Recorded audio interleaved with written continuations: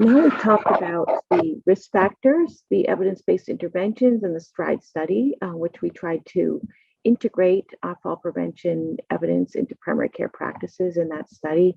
As you saw, we had some success, but there's much more work that needs to be done in this regard. In the final section, we're going to talk about fall prevention barriers and facilitators, and specifically about the resources that are widely available for falls in primary care settings. So at the end of this session, you will be able to understand common barriers and facilitators to integrating fall prevention evidence into primary care practice and identifying resources available for preventing falls in community dwelling older adults. And before I go through the content, we have another question for you. So the question is, common barriers to community-based fall prevention include A, provider perceptions that falls in community dwelling older adults are inevitable. B, patient ambivalence about personal risk for falls. C, limited time to address fall prevention during a busy office visit. Or D, all of the above. So use your voting buttons to register your response.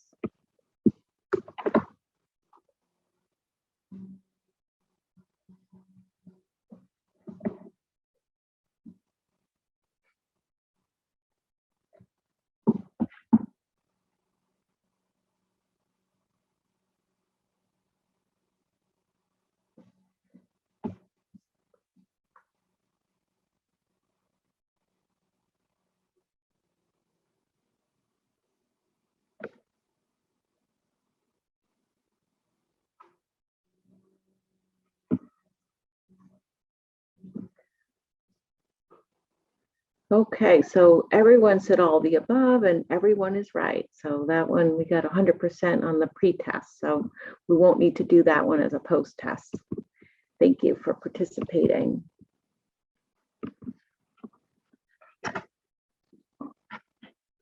Okay, so over the past, so now we're going to talk about barriers and facilitators to fall prevention in primary care. Over the past year and a half, our team has completed interviews, a series of interviews with primary care providers, patients, and staff to explore some of the barriers and challenges and facilitators to fall prevention in primary care. And we conducted these at the Mass General Brigham Primary Care Practices. Today, I'm going to focus on the themes that we heard from the providers. And so namely, we heard that the intervention must not add time to existing workflow. So we heard a time and time again about, how difficult it is to just address, what the patient came in for, let alone adding additional screenings and care planning and fall prevention planning. We heard that standardized resources to reference and share with patients during the visit would be helpful, that a lot of providers are aware that there are resources on the internet that are available for helping patients with fall prevention, but they really don't have time to be searching for those during a visit. We heard a lot about the need to overcome staff and clinician nihilism and ageism. So there is a belief in many providers and staff that older people are going to fall and there's not too much we can do about it. And so that belief is there despite the fact that we do have evidence that falls can be prevented. We also heard that talking points to resolve patient ambivalence, highlighting the reasons for change, would be helpful, and to have those, at their fingertips while they're seeing patients. That systematic communication between care team members and patients and families was needed, and that it would be helpful to have evidence-based safe exercise recommendations. We heard from, again and again, from providers that, for some patients, they're actually afraid to prescribe exercise because they're afraid that while the patient's exercising, that they'll fall and have a fracture. And so, making recommendations about what exercises are safe would be really helpful. So Over the next couple minutes, I'm going to highlight some of the resources that are widely available to address fall prevention in the context of a primary care visit. I understand all of you have access to these slides. It includes all the links and the resources that address the major risks for falls in community dwelling older adults. The first resource that we'll talk about is the STRIDE website. So all of the resources that were used to integrate fall prevention evidence into primary care practices are available from the STRIDE website. And here is the link is at the bottom of the slide. So as an example, all of our protocols, so each of the risk factors, the major risk factors for falls, has a protocol for how to address it in primary care in a scientific, evidence-based way. The protocols are open access. They're found on the website. And so this is an example of the postural hypotension protocol. And then we also have up there the care plan, which we talked about earlier, that template.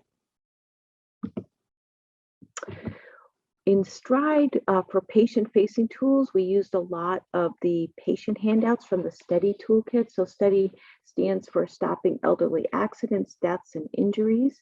And they have a whole host of tools for patients that are very patient-friendly. The language is appropriate. They're in English and Spanish. So just here you can see that there's one for staying independent. So are you at risk for falls? And so this is a really nice brochure that allows patients to do their own assessment for risks. And that could provide a good baseline for the discussion they have with their providers and primary care team when they come in. The check for safety, doing the home evaluation, there's one for postural hypertension, and then again, what can you do to prevent falls? This is a screenshot from STEADY, so it shows you all the different types of resources that are there. So there are some clinical resources for the primary care team. There's also some content for inpatient care, outpatient care. There's some deprescribing information under pharmacist care. We talked a little bit already about the patient and caregiver resources. There's also provider training and education and videos, and then some links that go out to some other evidence-based websites and information. Currently, our team is funded by the National Institute of Aging to develop personalized exercise prescriptions for older adults. So all of our exercise resources that we're developing, including simple videos, handouts, are based on the evidence-based Otago program, and they can be found on the Homestrong website. The National Council on Aging also has links to an array of fall prevention resources and evidence-based exercises that can be used. The Elder Care Locator, they have a website, but they also have an 800 number that can be used to access community-based exercises and fall prevention programs across the country. The National Institute of Aging has web-based exercise programs on their website. And for resources related to FRIDS, fall risk increasing drugs, we recommend the deprescribing.org website. It has a host of tools that assist providers and patients with deprescribing and with safe medication practices. Here's some examples. So this is a deprescribing algorithm. And then we also have, they also have tools that you can use with the patient. So this is a monthly taping calendar that you can use with the patient to help them know how much of the drug they need to take every day. So here is a postural hypotension brochure. This is available on the STEADY website. On the STRIDE website, we have some information about feet and footwear that are available for patients. And STEADY has the check for safety. I talked about that. So that is a good brochure for patients to use to do and with family members to evaluate how safe their home is. And then on the STRIDE website, we do have some information on osteoporosis. Our team is currently working on some additional patient-friendly resources that on this topic for an ARC-funded study that we're working on. And then STRIDE also has some vision-related resources that are from the CDC. So the bottom line is that there are a lot of evidence-based resources that can be used in primary care to integrate fall prevention evidence into practice. I focused mainly on three websites, so STRIDE, STEADY, and deprescribing.org, because I know that it takes time for primary care providers and staff to get to know these resources and then to identify the tools that you're comfortable using with your patients. Our team is working on ways to integrate these resources into the electronic health record so all of them can be accessed in the context of a visit. But in the meanwhile, I think it's worth spending time identifying your favorite resources, saving them in a place so that you can access them while you're seeing patients. So just to wrap up, in summary, so falls in community dwelling older adults are a challenge, but they are preventable. Fall prevention is a continuous three-step process. It involves engaging patients and family in risk assessment, and then taking the results of that risk assessment to develop a personalized fall prevention plan, and then having the right amount of follow-up to ensure that the patient's able to do the lifestyle changes to implement the plan. There are evidence-based resources to support primary care providers and patients in the three-step fall prevention process. So I started my presentation by mentioning my 89-year-old mother who had two very serious falls in the last year, both resulting in upper and lower limb fractures. Most recent fall was this past March. By partnering with her primary care team and with me as her advocate, my mother has received excellent fall recovery and prevention care, focusing on her in her case, our focus was exercise and bone health. In June, my mother was discharged from home PT after she shared with her therapist that she had walked over a mile with her rolling walker to go to church and then out for dinner with my dad and my sister. So the therapist could see that she was clearly no longer homebound. She now walks across the street to get physical therapy a few times a week. My mom is living as she wishes in an apartment in Boston with my dad. She sees the connection, a clear connection between her daily and very vigorous exercise and her ability to remain safely in the community, which is where she wants to live. So my hope is that in the future, all older adults will routinely participate in assessing their fall risks and developing a personalized fall prevention plan with their primary care team, and this will help them to continue to do the things in life that are most important to them. So with that, I will wrap up with the post questions, just the ones where everyone didn't get the right answer on the first try, and then we have plenty of time for discussion. So the first question, common barriers to community-based fall prevention include A, providers' perceptions that falls in community dwelling older adults are inevitable. B, patient ambivalence about their personal risk for falls.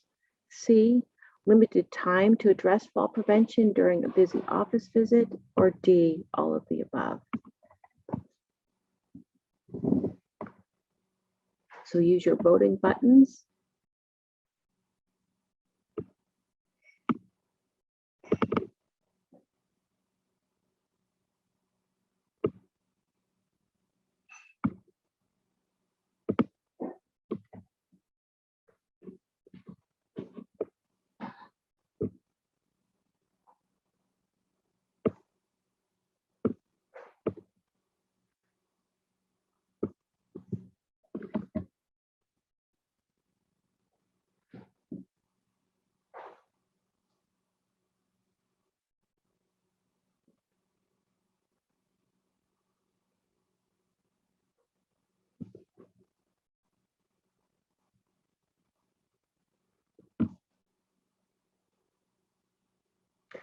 Okay, so the answer is D, all of the above, and just about everybody got it right.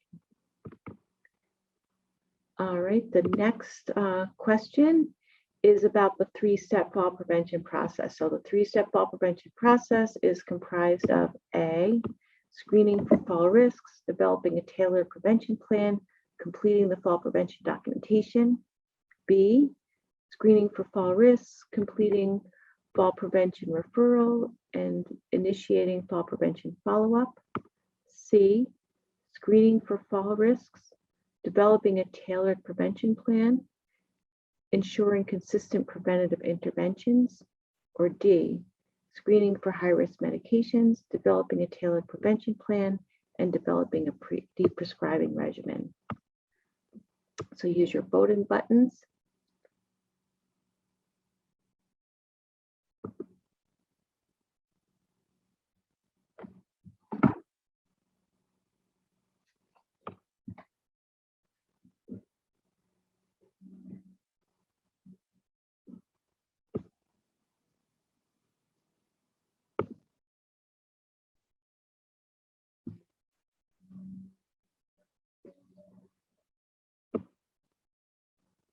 Okay, so the correct answer is C, and most of you said C. So with the three-step fall prevention process, it's assessment, tailored planning. So you do the assessment to find out what risk factors exist, because with fall prevention, the plan has to be tailored. It's you have to look at, because interventions for a person with a cognitive issue are different than a person with a gait issue. So you really have to do the assessment and see what is it that is present for each individual patient. And then based on that assessment, you develop a personalized or tailored plan. And then, you can do all the assessment and planning that you want, but unless you actually oversee that it's done, that the patient, if they don't actually do the plan, then it's not going to make a difference. So then the third one is actually consistent preventative intervention. So the person changing their lifestyle to address the risk factors. And the third one, everyone got right the first time. So actually, maybe it was the first one. Maybe we should do this one again. I think, okay, so an exercise program will prevent falls if it is A, designed to improve balance and strength, B, gets more challenging over time, C, is practiced for at least 50 hours, and D, all of the above. So use your voting buttons to register your response.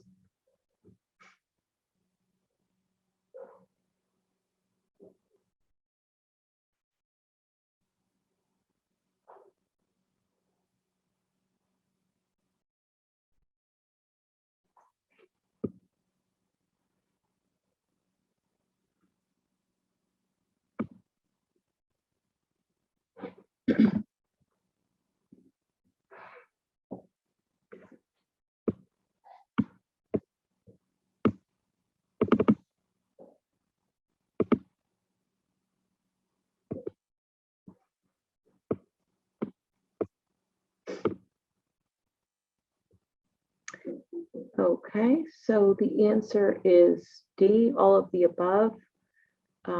So the three, A, B, and C are, components of a successful or an evidence-based exercise program, but you need to have all three. So that's the idea, is that, you need exercise programs need to improve balance and strength. They have to get more challenging over time as the patient, gets familiar with the exercises and they're able to do them more easily. They should increase the number of sets or the length of time they're doing them.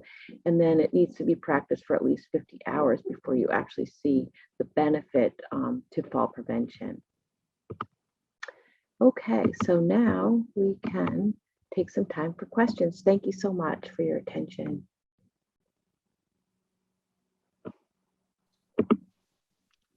Thank you for that excellent, thorough, and practical talk. That was outstanding. So we always like to take questions from trainees, students, before we hear from faculty. Any of our students? You're welcome to unmute or put questions into the chat.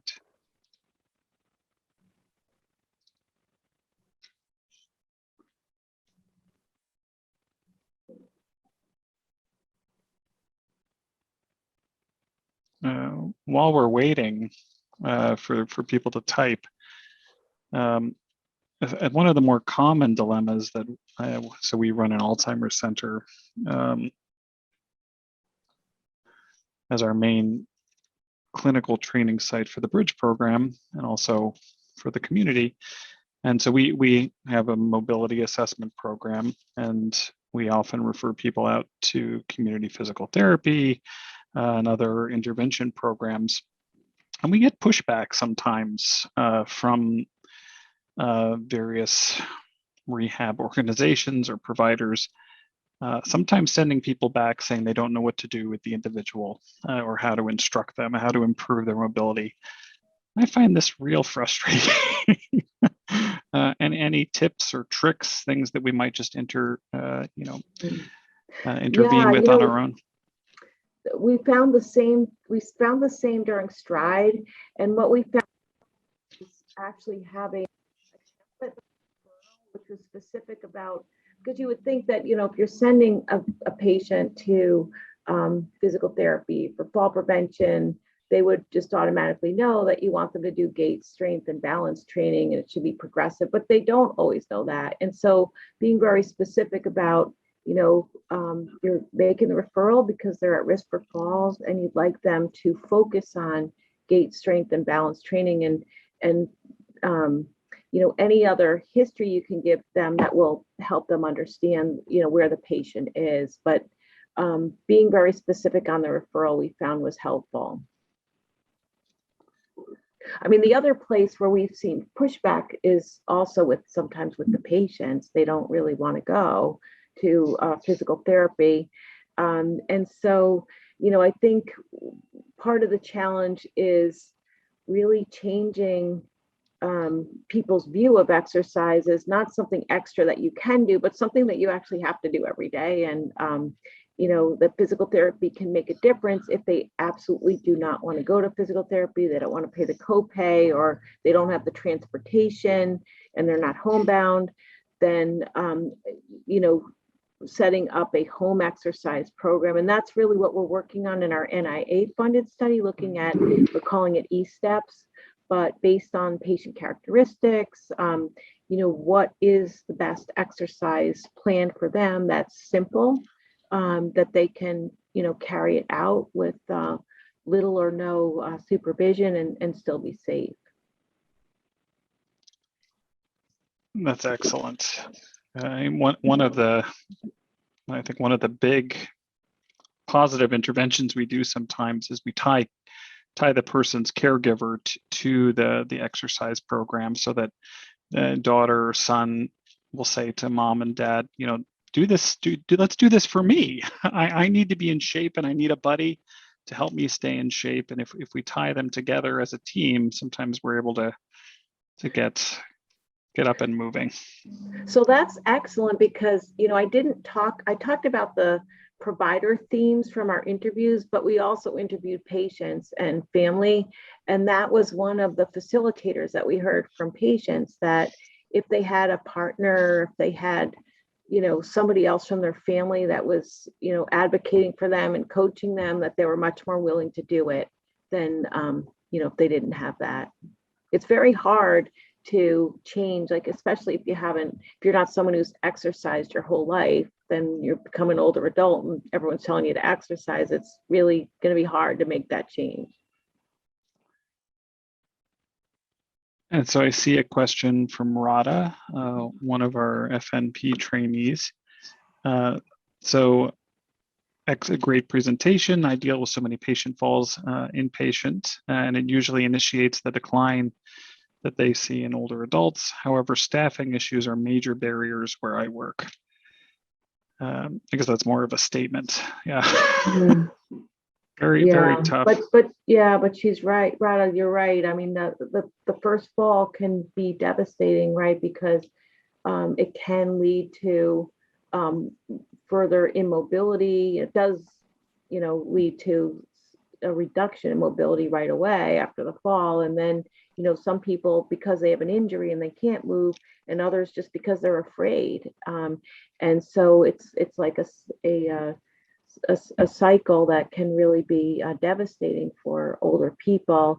And, really getting them hooked in with the exercise early is so important. The staffing, yeah, I don't know how, I think it's very challenging right now across the country in all of our healthcare organizations to have the staffing that we need to take care of patients.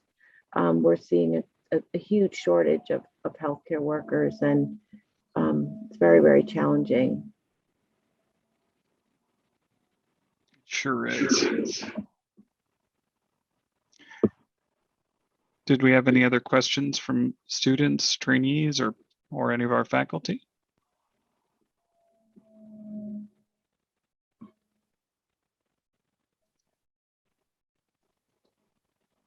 So from one of our excellent social workers, Ting Chang, we have a question about encouraging patients to practice Tai Chi.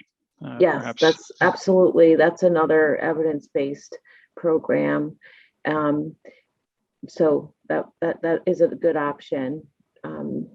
In Stride, we did a evaluation of a lot of the programs that were around Boston, because we were trying to find programs that had an evidence base behind them, and Tai Chi was one of the ones that we supported and recommended.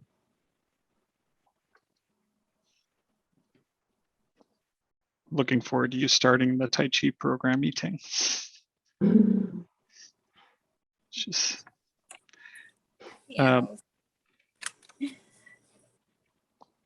one of the more common clinical dilemmas that we face, and if a student question comes in, I'll stop talking. I see Dr. Hashem unmuted himself. Did you want to? Oh, he's connecting to audio. Oh, back to mute. One of the more common clinical dilemmas we face in a geropsychiatric practice is, we know that our medications are often high risk for older adults, but we're faced with the dilemma from our patients that those medicines are the ones that allow them to feel like themselves. They feel more like themselves. They're happier, and we sometimes are encouraging deprescribing and get a lot of pushback from patients about that endeavor as we try to improve their fall risk scores. Mm-hmm. Yeah, that is a common challenge. And I think with deprescribing, it's a extended conversation.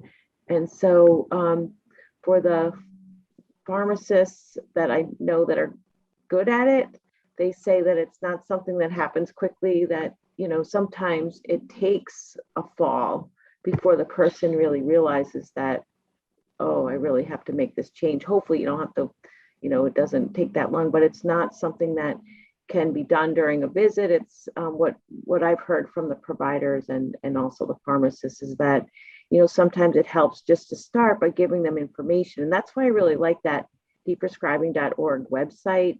There's a lot of good information for patients about, the benefits of deprescribing, and starting with the conversation. And then when they come back in, maybe the next time they'll be a little bit more open to it. But you're right. I mean, when they're taking that medication for a reason, and all that has to be addressed as part of the plan.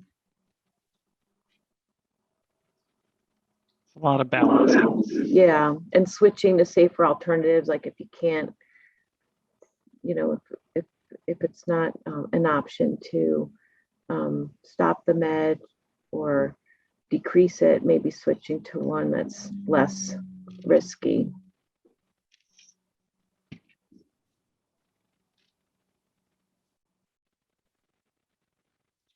Okay, well, I want to respect your time, Dr. Dykes. I know that you're extremely busy. I don't see any more questions in the queue. So thank you so much for your time. We look forward to building out the learning module. We'll share the product with you so you can take a look at it.